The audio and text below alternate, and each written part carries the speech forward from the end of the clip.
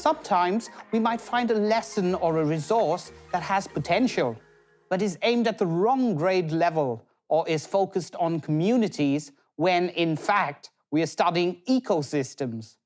Before we throw it out, we can think about how to make it our own.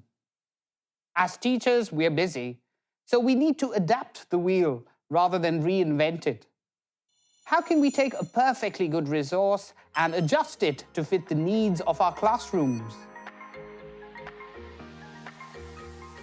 The most important part of adaptation is making learning more accessible to our students. This might involve tailoring an article to fit their reading levels, excerpting, translating, paraphrasing, or adjusting vocabulary.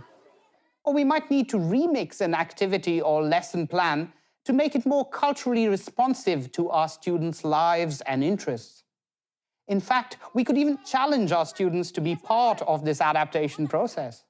When we are intentional about the learning outcomes for our students, supporting the work is easier. So sometimes I predict where students could get stuck in their learning, and then I plan different routes the students could take.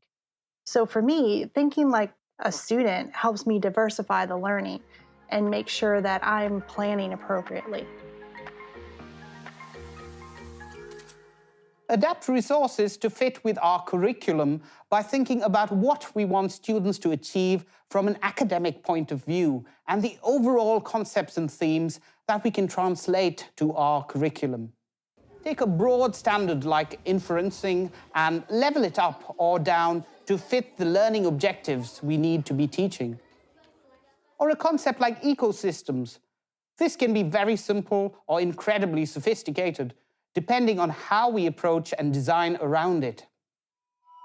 Adjusting resources, for me, begins with setting clear objectives and learning targets, and then really using the resource to work to my advantage. So if I know where I'm going, then I can make sure that everything that I'm using with the students is aligned to that goal. And if there's some better way of doing it or a better resource to use, then I can do that. We learn a lot from adapting resources, not least how to collaborate better with other teachers. So let's share what we've created with colleagues. What works for us may also work for our grade level team or our followers on social media. They may be inspired to adapt our adaptation.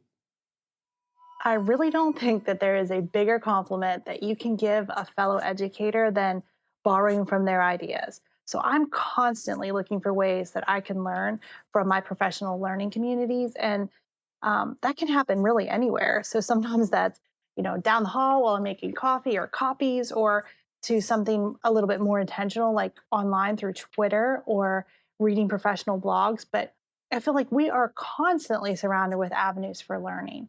And so we just need to make sure that we're making those connections to one another and sharing what we know.